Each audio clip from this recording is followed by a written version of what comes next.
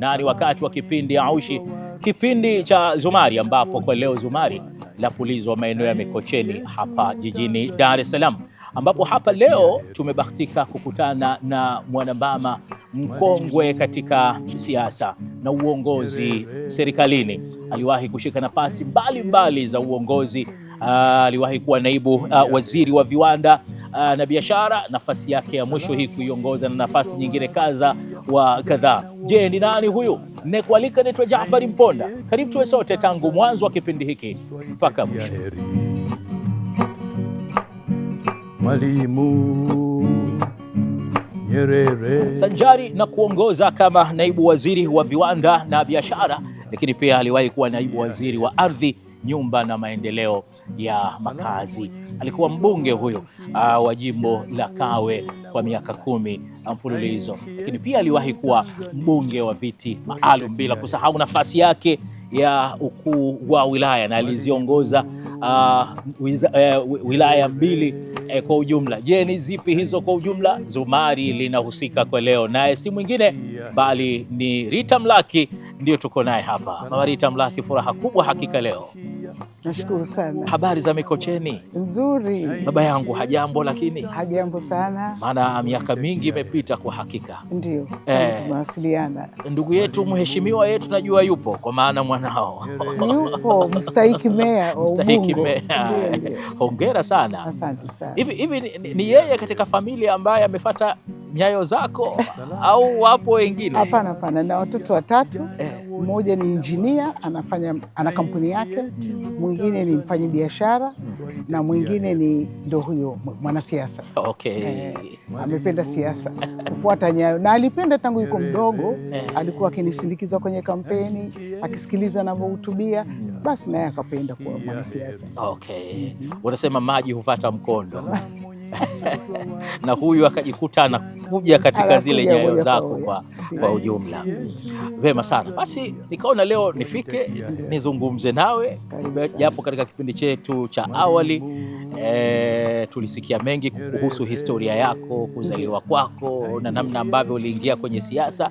Leo nimekuja na mengine, lakini si haba kwa yule ambaye ndio kwanza anafuatilia kipindi cha Zumari leo na anakuona, natamani kujua huyu Mama Rita Mlaki ni nani huyu. Tuanzie hapa lakini kwa kumjuza. Mimi naitwa Rita Mlaki. Ni mkazi wa Dar es Salaam. Nimezaliwa Kilimanjaro. Nikahamia Dar es Salaam kusoma na wazazi wangu, na hatimaye nikafanya kazi hapa. Lakini pia katika maisha yangu, nilipomaliza shule, chuo kikuu, nikaolewa, nikaanza kazi katika viwanda. Viwanda kabisa. Mimi ni mwanasayansi, kwa nilifanya kazi viwanda na biashara kwa miaka 15. Baada ya hapo nikabadilisha fani kabisa, nikaingia kwenye siasa, nikafanya kwa miaka 20. Ndipo nilipostaafu. Ndio. Basi tuanzie hapa kwenye mwanamke na sayansi, kwa sababu naamini miaka ambayo umesoma ilikuwa miaka ambayo ndio pengine mnasisitizwa wanawake kujitokeza zaidi kwenye masomo ya sayansi. Waweza kutuambia ujasiri wa Daktari Rita Mlaki kujikita katika taaluma za sayansi uliutoa wapi? Na sipendi kusema ujasiri kabisa. Nataka niseme kwamba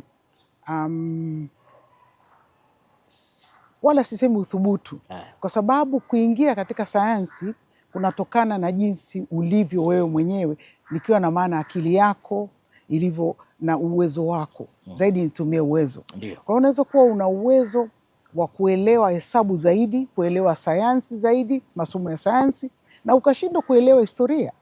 Kwa hiyo nitasema kwamba nilijishtukia ama nilizaliwa nikiwa naweza kufanya sayansi zaidi ya arts. Ndipo ambapo nilichaguliwa shule na kuendelea na masomo ya sayansi bila kujijua. Kwa mapenzi yangu labda ningefanya arts kwa sababu ya kazi za arts, nitakujibu kwa baadaye. Lakini kwa sasa hivi naweza nikasema kwamba sayansi nilijikuta nipo kwa sababu ndicho nilichoweza zaidi. Kusoma sayansi ni jambo moja. Ndio. Lakini kupata matokeo kwa kusoma kwako sayansi ni jambo la pili. Kwa kusoma kwako sayansi, ni matokeo gani ambayo ulikuja kuyapata kwa kuifanyia kazi hiyo sayansi? Kwa kusoma kwangu sayansi katika ngazi ya chuo kikuu na baadaye kwa masters niliweza kupata kazi za kufanya kazi katika viwanda na kufanya uvumbuzi mbalimbali na ilinipelekea kiasi cha kwamba nilitamani niweze kuanzisha kiwanda na mimi. Kwa hiyo niliweza kupanuka kichwa kuwa na uwezo wa kuweza kuwa mshauri wa watu wanaoanzisha viwanda na vile vile nikataka na mimi mwenyewe binafsi, sasa wakati wa binafsi umeshatokea, niweze kuwa na kiwanda changu mwenyewe. Lakini of course wakati huo mitaji ilikuwa haipatikani na nini, lakini niliona manufaa ya kusoma sayansi yalikuwa ni makubwa sana. Okay. Unaweza kutukumbusha ulitamani kuanzisha kiwanda gani? Mimi fani yangu zaidi nilifanya chemical and process engineering ambayo katika kuprocess ilikuwa kuprocess bidhaa za plastics. Okay? Kwa hiyo nilitaka nianzishe, kwa sababu plastic ilikuwa kama ina replace au inakuwa kama inakuwa badala ya metal. Kwa mfano majumba, madirisha, nakuta madirisha yanakuwa ya plastic, matenki ya plastic, bomba za plastic badala ya metal. Kwa hiyo nilitaka nianze kiwanda cha bomba za plastics. Na wakati huo kuna miradi mingi sana ya maji ambayo ilikuwa pesa zimetoka kwenye misaada mbalimbali ya World Bank, SIDA ile ya Swedish na NORAD ya miradi ya maji. Kwa hiyo nilitaka niwe na kiwanda ambacho ningeweza kutengeneza mabomba ya kupeleka maji katika majumba katika mashamba, katika viwanda. Kwa hiyo ndio kitu ambacho nilipenda sana. Okay. Ndio. Namna unavyozungumza inaonyesha haki kufika mwisho. Ilikuwaje? Nakumbuka ilikuwa mwaka ni 93, 92 na nilikuwa nawaza wakati huo, na wakati huo tulikuwa tumeshaanza mambo ya ubinafsishaji wa viwanda. Kwa hiyo serikali ilikuwa inapenda sana uchumi wa nchi uwe market led, iwe private sector inaendesha uchumi. Sasa tatizo kubwa kwa wakati huo ambalo kwa sasa alipo, kama ingekuwa ni sasa kiwanda changu ningeweza kuanzisha, lakini kwa wakati huo ilikuwa shida sana kupata mtaji, na kiwanda kinahitaji mtaji mkubwa. Okay? Kinahitaji mambo mbele. Mimi nilikuwa mtaalamu zaidi, mimi nilikuwa na uwezo wa soko lilikuwepo, kwa hiyo utaalamu ulikuwepo, nikiwa na maana ufundi pia nilikuwa nao, na watu walikuwa ambao tumekwisha wafundisha walikuwepo. Kwa hiyo nilikwama fedha tu. Okay. Yes. Ambao naweza kusema mtaji ili kuanzisha hicho kiwanda. Okay. Naam, mtazamaji wa kipindi cha Zumari ambao natufuatilia kwa sasa ni Rita Mlaki, huyu mheshimiwa ambaye aliwahi kuhudumu serikalini na katika siasa. Tupo naye nyumbani kwake leo akitueleza katika safari yake ya maisha, lakini tukianza hapa na fani yake. Yeye ni mwanamke mwanasayansi huyu, na matokeo ya sayansi ndicho ambacho anachokizungumza kwa sasa. Tukidumu hapa na mwanamke na sayansi, unazungumziaje? Inaonekana kwamba wanawake wengi bado wanaonekana kuwa nyuma katika masomo ya sayansi, lakini shughuli za kisayansi pia, kwa maana bado idadi inaonekana ni chache kwenye kazi za sayansi, hata kwenye masomo yenyewe ya sayansi, teknolojia sanjari na viwanda. Kuna ukweli wowote katika hili, na kama ni kweli, kwa nini? Upo ukweli sana. Unajua zamani wakati kulikuwa kuna kasumba fulani kwamba masomo ya sayansi kwanza yalijulikana kama masomo magumu sana. Yaani ukisoma sayansi lazima uwe na akili nyingi sana, lazima usome kwa bidii sana. Kwa hiyo wanawake wengi waliona hiyo ni masomo magumu, kukawepo na woga wa aina fulani wa mtu kukubali kwenda kwenye fani ya sayansi. Tukifika form 3 wengine unachagua science ama arts. Wengi wanakimbilia arts, wakaona science hapana. Kwa hiyo ilibidi walimu wao wanalazimisha, akitizama uwezo wako kama uko mzuri kwenye hesabu, physics, chemistry, biology, anajua huyu nitampeleka science. Kwa hiyo wengi wakawa wanalazimishwa kupelekwa science na wachache wakaendelea. Katika kuendelea katika hiyo fani ya science pia ilikuwa inachukuliwa kwamba haina kazi nyingi baadaye, kwa sababu wakati huo serikali ilikuwa inawapangia watu kazi. Kazi za sayansi pia zilionekana kwamba ni kazi ngumu na chafu kwa sababu unakuwa engineer, unakaa na maspana, unakuwa mjenzi wa barabara, unakuwa kwenye viwanda na magrisi, unakuwa daktari, unakuwa vet doctor, dokta wa wanyama, unakuwa pharmacist, unasaga madawa, ambapo wanawake wengi walipenda kukaa kwenye white collar job ambao unapendeza, unavaa, okay? Sisi tumeishi katika kuvaa overall, suruali za magwanda ukiwa unafanya kazi. Kwa hiyo mara nyingi ilikuwa sio kitu ambacho wanawake wangependa kwenda. Kwako wewe tu sasa hapo, kwa muktadha huo, uliwahi kuhisi sasa mazingira ya kazi ya elimu uliyosomea kwamba mahala hapa ni pa wanaume? Niseme ukweli, katika mwanzoni pale tunaposoma katika niseme level ya mpaka chuo kikuu, bado ilikuwa tunaweza tukaenda, na sioni kwamba hapa mimi kama mwanamke kuna kitu ambacho nashindwa, haswa katika fiziki ya kufanya kazi. Lakini nilipofika kwenye degree za juu sasa, wakati unafanya masters au unafanya PhD ambapo ni research na utabidi utumie mashine kubwa kubwa, inakuwa ngumu sana. Kwa mfano, unataka ufanye, labda nijisemee mwenyewe katika kazi ambazo nilikuwa nafanya au research ambayo nilikuwa nafanya, natengeneza plastics ili nafanya utafiti ili hiyo plastic iende sema ikatengeneze screen ya TV ama itengeneze parts za kwenye ndege. Kwa hiyo lazima uitesti kile kifaa chako na mashine kwa wakati huo ili uone kama ina strength ya kuweza kuwekwa kwenye ndege. Kama ndege lote unaona limetengenezwa na maplastic kusema kweli. Sasa unachukua tensile strength ama testi moja ambayo inahitaji utumie mashine ya tani labda 5, tani 10. Kwa hiyo kama mwanamke uzungushe ile mashine ili kuweza kwenda kuvuta kile kipande uweze kukipima, kwa kweli ilikuwa inakuwa ngumu. Kwa hiyo ilikuwa tunatumia technician anakuwepo kukusaidia, lakini ungebidi umsubiri. Saa nyingine tunakaa mpaka saa 7 usiku tukisubiri technician mmoja afungue mashine hii akufungie, ambapo wanaume wao wakifika pale anaanza mwenyewe, anapandisha, anakwenda, anashusha na nini. Kwa hiyo pale kidogo niliona kama mwanamke nimepata tabu. Kwa upande wa kazi, kuacha kwenye elimu, hapo ndio kulikuwa kugumu zaidi. Ukishafika level umesoma mpaka na masters au umekuwa doctor katika kiwanda au katika organization yako, lazima uwe ni bosi, sio? Sasa ukiwa bosi pale unahitaji kusimamia kazi, lakini pia ufanye na ile kazi ili wale watu wasikudanganye na wafanye unavyotaka wewe. Kwa hiyo kuna uwezekano, au nilikuwa nasikia wakati mwingine inabidi kupanda ngazi kama mita zaidi ya 30 ili uweze kwenda kuchungulia katika maboiler ama uangalie kuna kitu kimeharibika. Sasa au mixer ambao ilikuwa inachanganya material zako, unapanda pale kama bosi, lazima uende utizame kama ni kweli imeharibika au wamesabotage. Ilikuwa tabu kidogo. Inafika mahali mashine zimeungua ndani, alafu haziwezi kusogea tena, inabidi zifunguliwe. Kama hapendi kufanya kazi ule mtu wa shop floor pale, atafungua ile mashine masaa 6, ambapo angeweza kuifungua. Unajua kabisa mashine dakika 30 mpaka 40 lazima mashine iwe vipande hapo chini. Yeye anaifungua kwa masaa 6 kwa sababu hataki kufanya kazi siku hiyo. Kwa hiyo kwa wale wanaume ataingia pale mwenyewe ambaye fanyeni haraka tunafungua ili tuendelee tena na production.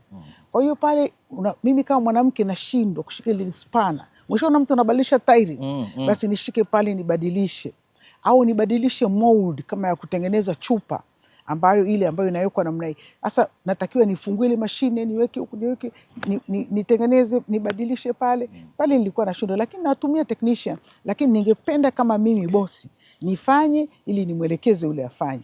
Kwa hiyo hapo kidogo kulikuwa kunakuwa niseme fiziki kama mwanamke ilikuwa inakuwa ngumu. Kwa muktadha huo sasa, mwanamke msomi wa sayansi anatakiwa kuwa na ngozi ngumu kiasi gani ili kusurvive katika taaluma na kazi aliyochagua kisayansi? Katika kule kusoma sio mchezo. Utasoma sana. Utasoma sana. Na Kusoma, nikisema kusoma na maana kusoma.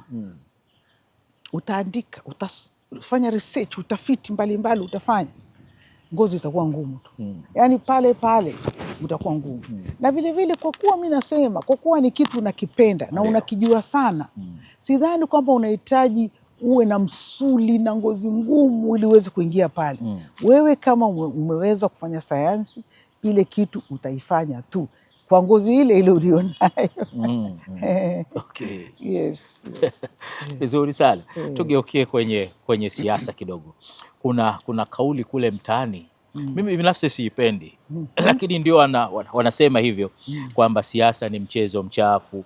Wewe uliona hivyo au watu ndio wanaifanya siasa kuwa chafu? Nianze kwa kudefine siasa ni nini. Siasa, labda kwa Kiswahili niseme, ni mkusanyiko wa watu ama grupu ambayo inachukua mawazo kuyapeleka kwa watu wengine. Inasaidia, inatekeleza majukumu fulani, inatengeneza sera zake, inataka kutawala. Yaani siasa mnapigania kitu pale. Unataka uongozi, au tuishie kabisa uongozi katika lugha nyepesi. Kwa hiyo katika kutafuta ile uongozi ama kutafuta zile nafasi ili uweze kupita pale, lazima mpigane. Ndio. Kwa hiyo umeshawahi kuona mchezo kama football au American football wanavyopigana, au basketball. Kwa hiyo unakuta kuna vikumbo vingi sana ili uweze kufanikisha lile goli. Na mara nyingi unafanikisha kushinda. Katika siasa tunachokitafuta pale, kama ni vyama vya siasa, kama ni mtu peke yako, unatafuta ushindi ili uwe kiongozi. Unatafuta ili ushike dola. Unatafuta ili umshinde mwenzako kwa sera zako au kwa mbinu zako. Sasa katika kufikia hapo, lazima kuna vikumbo vingi sana mnapigana. Okay? Nadhani hapo ndio wanasema ni chafu. Okay? Au kuna watu kukugeuka vile vile humo ndani. Kwa aidha kwa sera au kwa ushawishi mbalimbali. Anasikia wamesema hivi, anasikia huyu, huko alishakuahidi, anakwenda kwa huyu na nini. Kwa hiyo wakaona waite mchezo mchafu. Lakini ukisimama tu kwa ni mchafu, utakuwa umekuwa upande mmoja, ni mtamu vile vile pale utakaposhinda. Kwa sababu ukishinda unakuwa raha sana kushinda. Ukishinda unakuwa kiongozi. Ukishinda unakuwa nafasi ile unaipata. Unaweza kuongea sera zako sasa. Unaweza ukaongoza. Unaweza ukasaidia. Unaweza ukafaidika. Kwa hiyo siasa ni nzuri na ni chafu.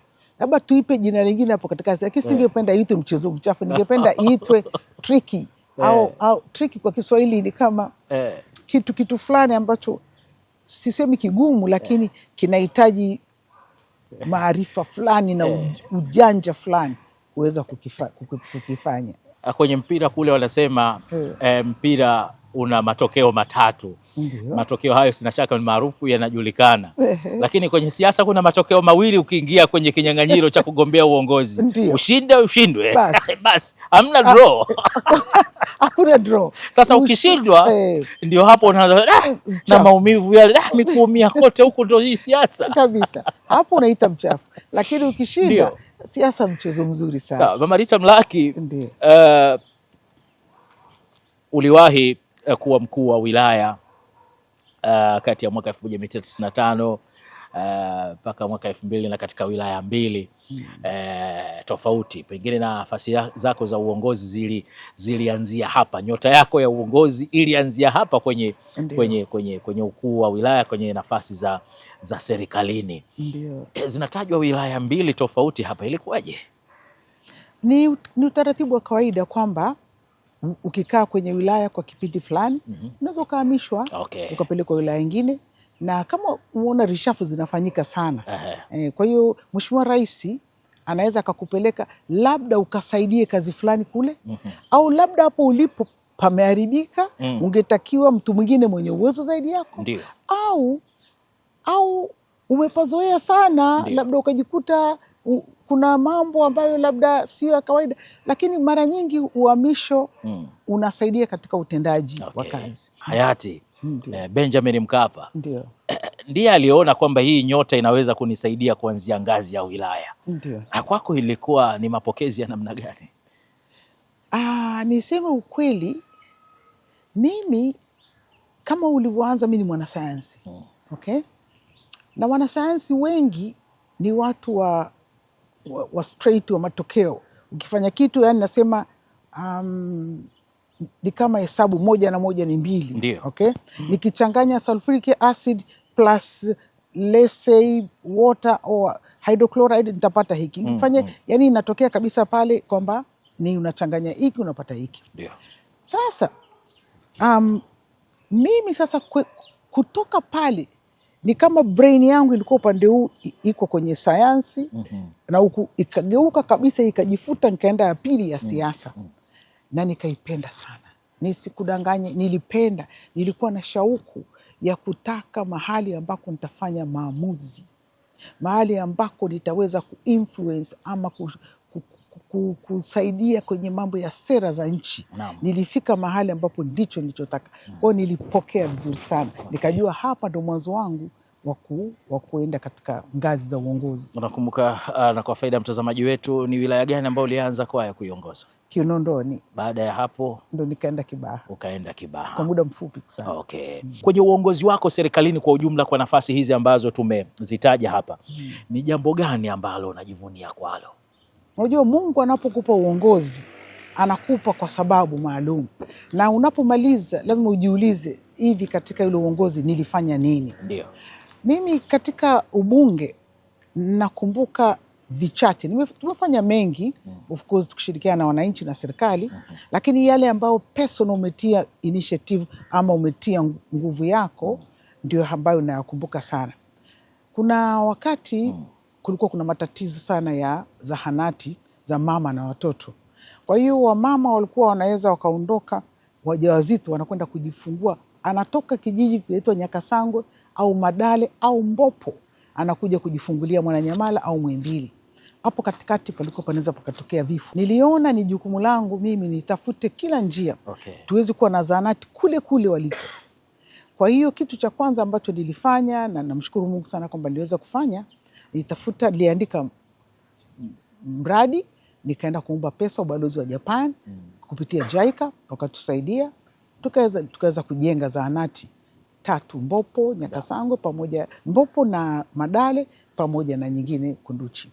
Kwa zile zikawa zinasaidia sasa wamama wanaweza wakajifungulia huko, watoto wadogo huko. Nilifurahi sana. Hiyo naweza nikasema nilifurahi.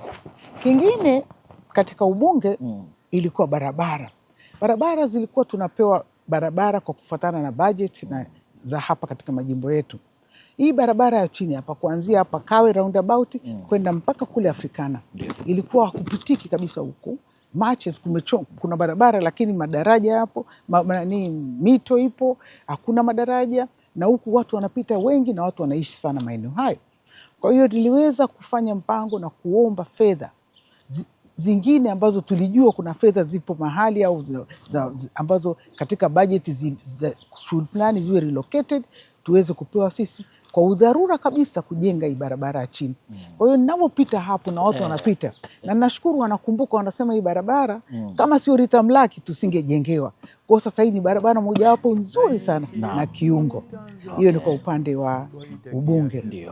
Kwa upande wa serikali nina mambo 2 au 3 mazuri sana ambayo nikiyakumbuka nashukuru Mungu na yameendelea sana. Katika viwanda tulipoingia pale tulianzisha kitu kinaitwa EPZ. Siku hizi inaitwa EPZA, ambayo ni Export Processing Zone, ambayo unawasaidia watu waweke viwanda katika maeneo maalum ili waweze kutengeneza bidhaa za kupeleka nje kwa export. Na hizo bidhaa unawapa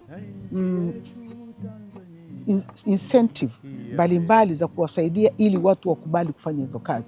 Kwa hiyo tulianzisha kuanzia sera, tukatengeneza sheria bungeni, baadaye tukaanza physically kama serikali kuanzisha viwanda vya namna hiyo. na tukawa na site industrial park moja kule Ubungo ambao ndio tulikuwa tumeweka hiyo EPZ, na baadaye imekuja kuanzisha Benjamin William Mkapa Special Economic Zone ambayo iko kule Mabibo, na kule ndani sasa hivi kuna viwanda 20, na EPZ nchi nzima ina viwanda 250, na hiyo EPZ I think income yake mpaka sasa hivi ni zaidi ya $5 billion, na imeleta kazi kwa wananchi zaidi ya 60,000. Kwa hiyo mimi naweza nikajivunia kwamba tulianzisha EPZ hapa nchini, na mpaka sasa hivi inaendelea, na sio Dar es Salaam tu, iko mikoa mingine vile vile ambayo pia imeanzishwa EPZ. Okay. Kingine ambacho naweza nikasema ambacho kilinifurahisha vile vile ni katika Wizara ya Ardhi tulianzisha zile mabaraza ya ardhi ambayo katika kata, wilaya, mkoa na hatimaye la taifa. Kwa hiyo makesi mengi ya ardhi yanafanyika kule kwenye mabaraza ya kata, ambayo inapunguza katika wilaya makesi mbalimbali. Kwa hiyo naweza nikasema hiyo pia ni mojawapo ya kitu ambacho ninaweza kusema ninakikumbuka sana. Sawa, na hongera sana kwa hakika kwa hayo ambayo umetukumbusha kwayo wakati ambao unaitumikia serikali na jamii kwa ujumla. Mtazamaji wa kipindi cha Zumari, ni Rita Mlaki huyu ambaye tupo naye leo nyumbani kwake hapa akitupitisha katika historia ya maisha yake, utendaji wake wa kazi serikalini, hali kadhalika akiwa mwanasiasa. Tumemsikia namna ambavyo alitumikia nchi yetu hapa. Bado kuna mengi tutaka tujue nafasi yake yeye kama mwanamke aliyewahi kushiriki kuthubutu kufanya kazi za kitaaluma, kisayansi, na kutaka kuwa na kiwanda na ubunifu mkubwa ambao alikuwa nao. Aliwezaje kumudu katika nafasi hizo kwa ujumla? Basi tupate mapumziko mafupi. Mara baada ya mapumziko hayo tutaendelea. Na nchi yetu Tanzania ya heri. Ni Mheshimiwa Rita Mlaki ambaye tupo naye leo hapa nyumbani kwake maeneo ya Mikocheni jijini Dar es Salaam, na ni sehemu ya pili na ya mwisho ya kipindi hiki cha Zumari. Karibu tuyasikie mengi kutoka kwake katika wasaa huu mwingine. Na Mama Rita Mlaki, katika sekta ya viwanda huwezi kuacha kutaja sekta ya viwanda vidogo vidogo. Kwa upande wako unazungumziaje sekta hii, na pengine katika wakati wako ni kwa namna gani uliifanyia kazi sekta hii ili kuleta matokeo? Nashukuru sana. Actually, kusema ukweli, sekta ya viwanda vidogo vidogo ndio ilikuwa shedo yangu.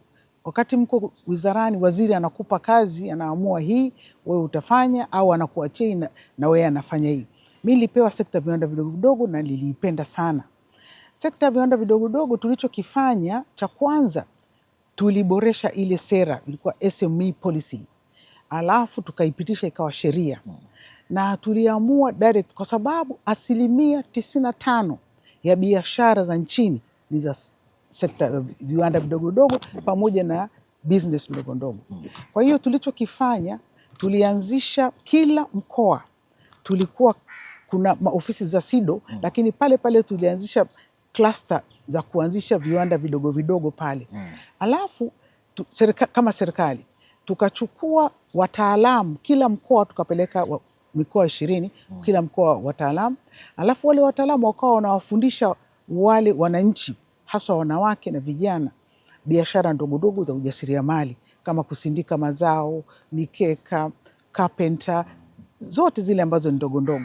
Alafu serikali baada wao kujua, tukawapa pesa kama mikopo, wakawa wanafanya biashara. Alafu tukawa tunafanya maonesho ya biashara ili waweze sasa kutoa bidhaa zao. Ilisaidia sana nchi na wajasiriamali kwa ujumla. Na hiyo imeendelea namna hiyo mpaka ikafika mahali kwa sasa nimetizama nikakuta sekta ya viwanda vidogo vidogo au biashara ndogo ndogo SMEs zinachangia kwenye GDP 38%, ambayo kwetu sisi, kwangu mimi naona binafsi kwamba ni mafanikio makubwa sana, na ni kitu ambacho serikali inabidi iweke mkazo mkubwa sana katika hiyo. Watu wengi huongea kuhusu viwanda, lakini wachache wanaothubutu kuanzisha viwanda. Je, ni kweli kuanzisha kiwanda kunahitaji mtaji mkubwa sana? Ndio maana wengi wanadhani ya kwamba wafanyabiashara wakubwa pekee ndio wanastahiki kuwa na mawazo hayo ya kuanzisha viwanda? Naweza nikasema ndio na hapana. Nikisema ndio, nina maana kwanza, ili kuanzisha viwanda unahitaji vitu kama 7. Unahitaji uwe na ardhi, unahitaji uwe na miundombinu kama maji, umeme, barabara, mawasiliano. Unahitaji pia uwe na mtaji. Unahitaji uwe, mkisema mtaji ya maana fedha. Unahitaji uwe na utaalamu, ile technology. Unahitaji uwe na watu wa kufanya ile kazi. Kwa hiyo hivyo vitu vyote vinahitaji fedha. Lakini kuna viwanda vidogo vidogo ambavyo nimevitaja hapo sasa hivi. Kiwanda kidogo kinaanzia kuanzia milioni 5 mpaka milioni 200. Hivi ambavyo nimetaja kama usindikaji wa mazao, nimesema kama carpenter, hizi bakery, nimesema kama kusuka mikeka, handicrafts. Kuna vidogo vidogo namna hivyo vinawezekana. Kwa sio lazima uwe na pesa nyingi sana, na hizo pesa zinapatikana benki. Unaweza ukaenda benki na mkaweza mkapata fedha, mkaanzisha viwanda vidogo. Viwanda vikubwa kama vya simenti, textile, mining, steel, mabati, sukari, hivyo vinakwenda mpaka bilioni 100 kuanzisha. Kwa hivyo vinahitaji pesa nyingi. Kwa hiyo viwanda, kwa hiyo nikisema ndio, na maana hivi vikubwa inakuwa shida mpaka watu wana pesa, but hivi vidogo mtu yote anaweza kaanzisha. Na kwa ujumla wake kwenye sekta hii hatukui kwa sababu ya kukosa mitaji mikubwa, au tatizo mindset, yani kasumba za kuamini hatuwezi kuhusu viwanda? Ili nchi iweze kuendelea kutoka ilipokuwa industrialized country, lazima kufanyike industrialization na mkakati madhubuti ambao tumeweka, isipokuwa unahitaji coordination na strength zaidi. Kwa mfano, wenzetu wale wanaweza wakachagua products tuseme 3 kila mwaka, kwamba mwaka huu tutafanya mafuta, tutafanya food industry, au tutafanya metal, alafu serikali inaweka zile vipaumbele vyake, kama ni 5 6 inatoa. Na kuna kuwepo, kwa mfano in Malaysia kulikuwepo na Malaysia Industrial Development Authority, ambao vitu vyote vinafanyika pale. Kwa hivyo vinamsaidia yule anayekuja kuanzisha kiwanda kuanzia kupata eneo, kumpelekea umeme, barabara, maji, mtaji, utaalamu, mpaka na soko. Kwa hiyo ukishamsaidia namna hiyo, unafanya pilot project kama serikali, wafanyabiashara wanakuja wanaanzia pale, basi nchi inaendelea. Na serikali inamshika mkono ule mfanyabiashara mpaka aweze kusimama, ili kwa utaalamu, kwa hiyo mikopo nafuu, na pia hiyo kugaranti mikopo na kumtengenezea hayo mazingira. Kwa njia hiyo basi tutaweza kupata viwanda vingi sana kwa wepesi. Okay. Tumejitahidi hapa nchini, tumekuwa na TISEZA, hiyo ambayo ni Tanzania Investment Special Zone Authorities, ambayo ni kama wameungana pamoja kama one stop center, ili tuweze kusaidia wafanyabiashara au kusaidia viwanda kuja nchini. Lakini bado serikali ina nafasi kubwa sana ya kuwashika mkono. Wenzetu walifanya namna hiyo, Vietnam walifanya namna hiyo, India walifanya namna hiyo, lakini wakafanya special kabisa initiative ya kuweza kufanikisha hayo. Kuna kitu hapa kilinichekesha, wanasema mnaweza mkafanya namna hiyo, kwa mfano ukaanzisha maziwa yenu ambayo, au maziwa mkachukua mkapaki wenyewe mkauza, alafu ili watu wazoe wanunue viwanda vyenu, unafunga vile vya nje, unabani. Kabla WTO haijashtuka kuja kukuambia, kukupa adhabu na kukuambia kwa nini umezuia bidhaa kutoka nje kuingia kwako, watu wameshazoea zako, basi unafungua, tunakwenda. Kwa hiyo wale wa Vietnam walikuwa wanatufundisha huo ubabe kidogo ili tuweze kuhakikisha kwamba bidhaa zetu zinauzika. Kwa hiyo bado naona serikali ina mkono kusaidia industrialization katika nchi yetu. Uwekezaji wa viwanda hivi sasa vidogo vidogo una changamoto gani kubwa hapa nchini kwetu? Changamoto ambayo niliona na nilisikitika sana wakati tunashughulika na mambo ya SME ilikuwa masoko. Yule mama wa kijijini anaweza akatengeneza asali, labda akasindika asali yake, akaifunika kwenye chupa ya kawaida, akafunga na mgomba, akaweka kifuniko, akaweka na kamba ili isiingie hewa. Ukipeleka kwenye shelves kwenye supermarket, mtu akija akikuta ile iliyotoka nje ambayo ina chupa nzuri packaging yake, anachukua ile. Kwa hiyo niseme masoko yamekuwa changamoto kwa SMEs kwa kiwango kikubwa sana. Mitaji inapatikana, lakini masoko pale anaweza akatengeneza achali yake, akatengeneza hayo matunda, akatengeneza asali, alafu baadaye akashindwa kuuza kwa sababu ya changamoto ya hizo vingine vinavyotoka nje. Sasa unazungumziaje juhudi ambazo zinafanywa na vijana ambao wamejaribu kuanzisha miradi ya ubunifu, miradi mbalimbali ya ubunifu hapa nchini, lakini mara nyingi wameonekana kukosolewa tena hata na watu ambao wapo kwenye mamlaka. Tatizo ni nini hasa? Ni mfumo wetu kutoamini ubunifu wa ndani, au tunakosa uvumilivu kwa wabunifu wetu? Mimi sidhani kwamba hiyo ipo. Yani kijana aanze kwa mfano, kuna kijana alikuwa anaanza kutengeneza TV nadhani, akianza namna hiyo anatafutwa, anakuwa promoted, anashikwa mkono. Serikali inapenda sana watu wanaoanza vitu kwa ubunifu. Hao wanahitajika, na kama kuna mtu anambeza lazima itakuwa ni labda watu tu mitaani, lakini sidhani kwamba serikali itakataa na kumvunja mtu moyo ambaye ameanza vitu kama hivi. Nazungumza hivyo kwa sababu wapo vijana walioanzisha ubunifu wa magari ya umeme hapa nchini. Ya umeme nzuri tu, lakini kaonekana kwamba ina mapungufu fulani ambapo yanatakiwa yafanyiwe kazi. Mtu amefika wakati yale ambayo ilitakiwa ayaweke sawa, ameishia pale alipo. Hatukuona umuhimu wa kumshika mkono na kumuinua pale alipo. Vitu kama hivyo. Wako vijana tunaona wanabuni helikopta, wanabunifu hasa ambazo kama zitashikwa mkono na wadau, watatoka pale walipo na zitaleta tija kwa taifa. Sasa hawa wanasaidiwaje vijana wa namna hii? Vijana, nikwambie, kila mkoa una VETA, ofisi ya VETA, na iko actually zingine zimejengwa mpya kwa miaka 5 mpaka 8 sasa hivi. Kila mkoa zimeboreshwa sana ili watu kama hao waweze kwenda pale. Kwa hiyo wanachohitaji ni wao kwenda katika ofisi ya wilaya, ofisi ya mkoa ya VETA, na waende pale, na kuna mafungu maalum kabisa.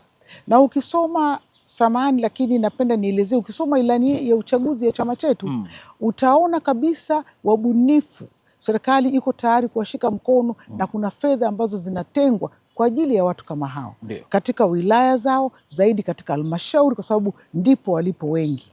Kwa hiyo inasikitika kama kuna watu walikocha tamaa, labda hawakujua, ama hao waliofanya hivyo hawakujua. Na hapo Mama Rita Mlaki, unadhani wanaume wengi bado wana hofu ya wanawake wasomi na waliofanikiwa? Hapana kabisa, hapana. Hiyo nitasema hapana kabisa, kwa sababu mwanamume siku hizi angependa mwanamke mwenye uwezo, aliyesoma, anayejituma. Hao unapenda kwa sababu mwanamume angependa akiwa kule nyumbani waweze kusaidiana kuangalia watoto, maisha na nini. Maisha yamebadilika sasa, lazima kila mtu afanye kazi, na mwanamke lazima afanye kazi. Kwa hiyo hilo labda lilikuwa huko zamani, tena kwa ajili ya tradition au mila za zamani, kwamba mwanamke haruhusiwi kufanya kazi, lakini sasa hivi wanaume wanapenda mwanamke anayefanya kazi ili waweze kusaidiana. Mwanamke sasa anawezaje kuwa imara kwenye kazi bila kupoteza nafasi yake kwenye familia? Hilo linawezekana, na ninasema linawezekana nikiwa naamini, kwa sababu mimi ni mmoja wapo ambaye nimefanya kazi, nimekuwa katika uongozi, nimekuwa katika nafasi za juu za sekta binafsi, na nimeweza kuwa na familia na kuendeleza familia. Unajua, labda niseme tu ili kwa kufafanua zaidi, mwanamke unakuwa na nyumbani kwako kama hapa, na wewe lazima ufanye kazi zaidi za kuleta kipato nyumbani. Vile vile umesoma, alafu vile vile ni kiongozi, huwezi kusema utaacha ubaki nyumbani. Kwa hiyo pale nyumbani weka mpango nyumbani kwako, kuwa na wafanyikazi wako. Kwa mfano ukiwa na mfanyikazi msichana wa kazi au mpishi, utamfundisha unachotaka apike, utamfundisha usafi, utamfundisha tabia, malezi ya nyumbani kwako. Alafu usipotee kama mama na kiongozi, ukirudi unasimamia vile na kuona je, ilikwenda hivi. Usipoteze nafasi pale jikoni, ukitoka na kusha sitting room, TV mambo yameisha. Hapana, tizama jikoni, chakula baba kilikuwa namna gani, nguo zake zimefuliwa. Nakwambia hivi, ukisimamia hayo utafanya kazi za nyumbani sawa sawa na za kwako hizo za nje sawa sawa, na watoto watakuwa na familia, itakuwa na furaha. Na siku za weekend au sikukuu unaweza ukaamua ukawe mwenyewe ndio unapika, kwa sababu wanataka pia wale chakula cha mama, sio ambacho ni tofauti labda na cha ule msichana wa kazi.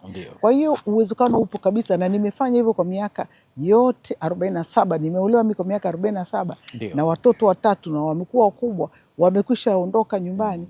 Nimeweza kabisa kumudu. Kwa hiyo inawezekana.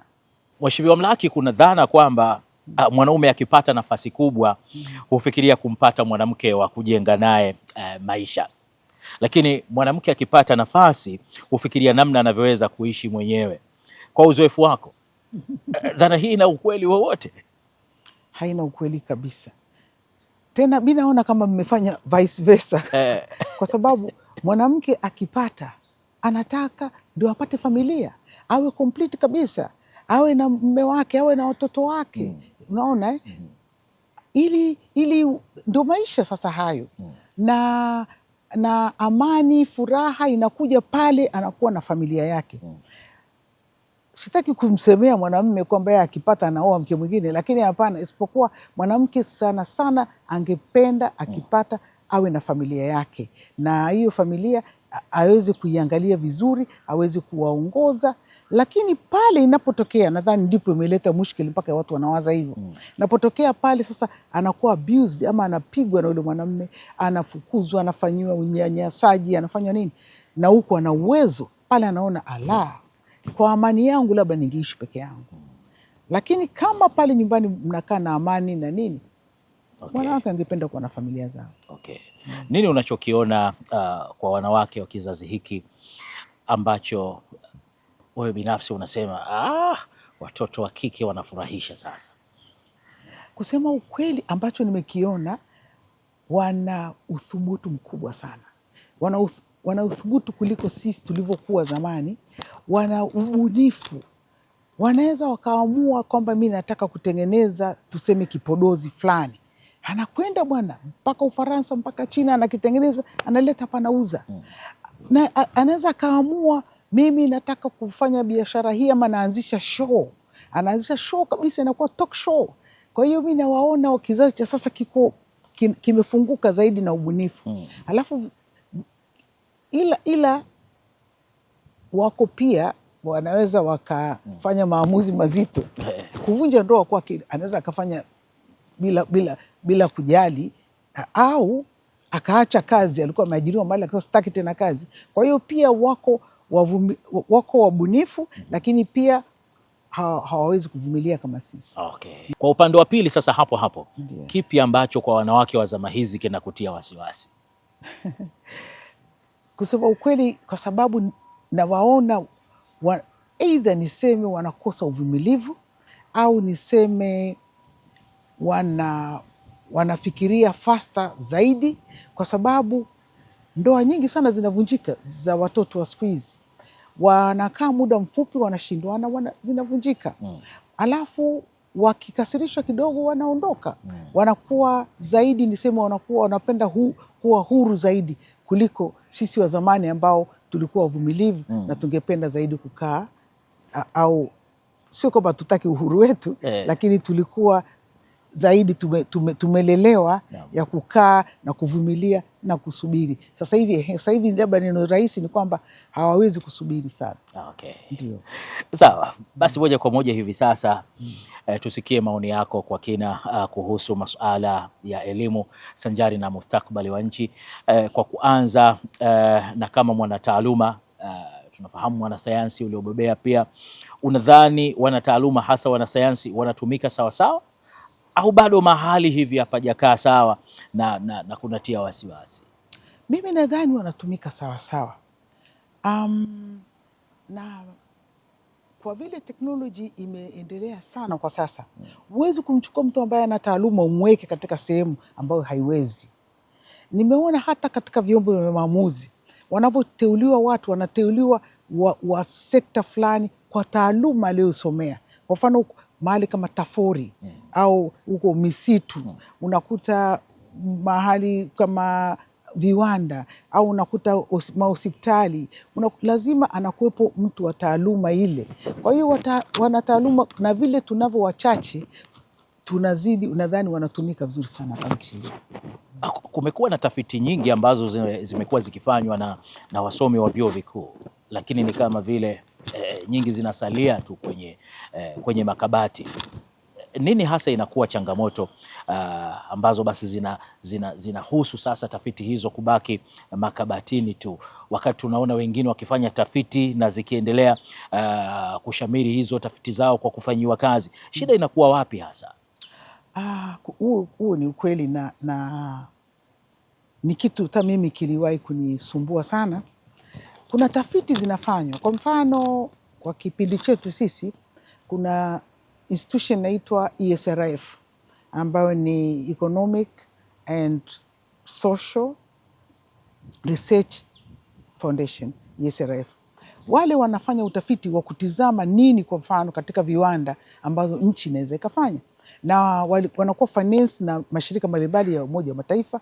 Hiyo particular ambayo nataka kuiongelea walikuwa finance na UNIDO. Kwa hiyo wakafanya utafiti mzuri sana, na sio moja, kama 3, 4 wakazileta wizarani, na zingine wakabaki nazo wao, na zingine zikapelekwa kwa Umoja wa Mataifa. Sasa kinachotakiwa kufanya pale ni kuhakikisha ule utafiti uliofanyika unafanyiwa kazi ili tuweze kujenga hivyo viwanda. Kwa mfano walifanya utafiti wa kujenga viwanda na kulima chikichi kule Kigoma. Kuna shamba kubwa sana la magereza, na kule mkoa ule chikichi zinaota vizuri sana, na wakaona kama tutatumia vizuri mkoa ule tunaweza tukapata mafuta ya kula yale ya palm chikichi, ambayo yakawa ni malighafi kwa viwanda vingi. Tukaanzisha pia viwanda vingi, tukatumia chikichi zile za mkoa ule pale, na tukaweza kuzalisha badala ya kuagiza kutoka nje. Maana sasa hivi viwanda vingi vinaweza vikaagiza raw material ya viwanda ya mafuta kutoka nje. Hapa wanakuja wana refine, double refinery. Tungeweza kutumia. Kwa hiyo walipofanya ile pale wanapeleka wizarani. Kufika wizarani pale, ninachoona mimi hiyo changamoto ambayo nimechunguza inafanya ile inabaki pale ni coordination, mawasiliano baina ya mfanya research, wizara na mtekelezaji. Kunakuwa hakuna utaratibu wa kwamba ikifika hapa serikali ifanyie pilot project, itengeneze hicho kiwanda ndio baadaye kifanyike kikubwa, au wapewa wafanyabiashara wafanye, au ifanyeni. Mpaka sasa hivi bado sijapata ufumbuzi. Kwa hiyo labda kwa vile sipo pale itakuwa wamefanya, lakini zinabaki pale badala ya kuwa operationalized ama kupelekwa huko zile zikatumike, ambayo sio kitu kizuri kabisa. Kwa hiyo ni ile niseme mawasiliano ama ufuatiliaji, au hiyo nasema coordination. Na vijana wanaotaka kuingia kwenye uanzishaji wa viwanda, waanzie wapi bila kukata tamaa? Viwanda, tuanze na viwanda vidogo vidogo. Ninge suggest hivyo, au ningetoa ushauri namna hiyo. Waanze kama nilivyosema hivyo, viwanda vikubwa tunaitaka, viwanda vidogo vile vile tunahitaji mtaji, tunahitaji ujuzi, feasibility study, ajue anataka kufanya nini. Kwa hiyo mimi nataka kuanza kiwanda cha carpenter, au kiwanda cha mkate, au kiwanda cha kusindika mazao. Anatakiwa asikate tamaa, aanze kwa kufuatilia, na serikali imeweka ile SIDO ambayo nimesema, na fursa mbalimbali kwenye pesa, wafuate kule kwenye pesa. Pesa ziko nyingi sana, tumetangaza sana. Sasa hivi tumetangaza, serikali imetangaza sana pesa zinapatikana wapi, katika mabenki, mpaka serikali inadhamini, yani inakuwa kabisa wana guarantee loan za kusaidia viwanda vidogo vidogo kama vya korosho kule Mtwara. Kwa hiyo wanaweza wakaanza, waandike mchanganuo, wakakope pesa, watafute ufundi kutoka huko kwenye mashirika ya SIDO na VETA, na hatimaye waanze viwanda vyao, wasikate tamaa kabisa. Tumalize na busara ya Zumari. Kati ya akili kubwa, pesa nyingi na heshima ya watu, kipi kinadumu zaidi? Najibu tena kwa haraka kabisa. Ndio. Akili kubwa. Akili kubwa ukiwa nayo, hakika hiyo akili kubwa itafanya utapata heshima na pale pale utapata na pesa. Kwa akili kubwa itadumu zaidi. Kwa kumalizia, taifa linawezaje kujenga wanawake wengi zaidi wenye sifa ya Rita Mlaki kama tulivyoziona kwa kupitia Zumari? Kama ningetoa mapendekezo, ningesema wawasomeshe wanawake sana, na wakiwasomesha wanawake wawape privilege zaidi. Kwa mfano kama kuna sponsorship au kuna mikopo, wahakikishe wanawake wanapata kwa wingi. Alafu wawape exposure. Exposure ikiwa na maana wawatoe nje ili waweze kujifunza zaidi, kwa sababu kujifunza sio lazima iwe darasani, lazima iwe katika mazingira ya namna hiyo. Alafu mwisho wawape nafasi za maamuzi. Hapo utamjenga mwanamke, na mwanamke ana uwezo na waambieni. Kwa hiyo hilo ndio mimi ningeweza kusuggest namna hiyo. Hili la wanawake kuwa kwenye nafasi za maamuzi, kuna mashaka yoyote mpaka tulipofikia? Sina mashaka sana, maana tupo kuanzia juu na wanawake. Tunamshukuru Mungu sana kwamba saizi angalau uwezo wa wanawake unaonekana. Rita Mlaki, nakushukuru sana. Asante sana. Asante sana. Nashukuru sana. Shukrani.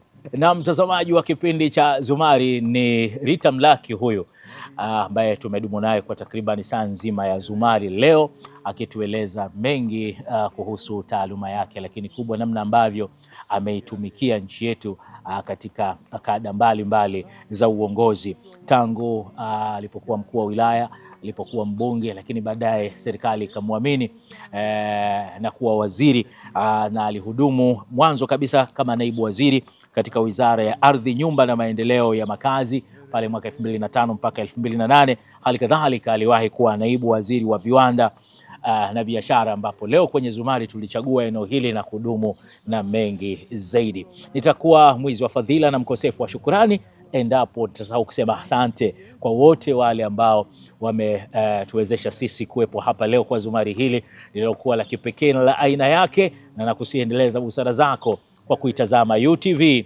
Azam TV, burudani kwa wote. Mimi jina langu ni Jafari Mponda. Kia heri, salamu nyingi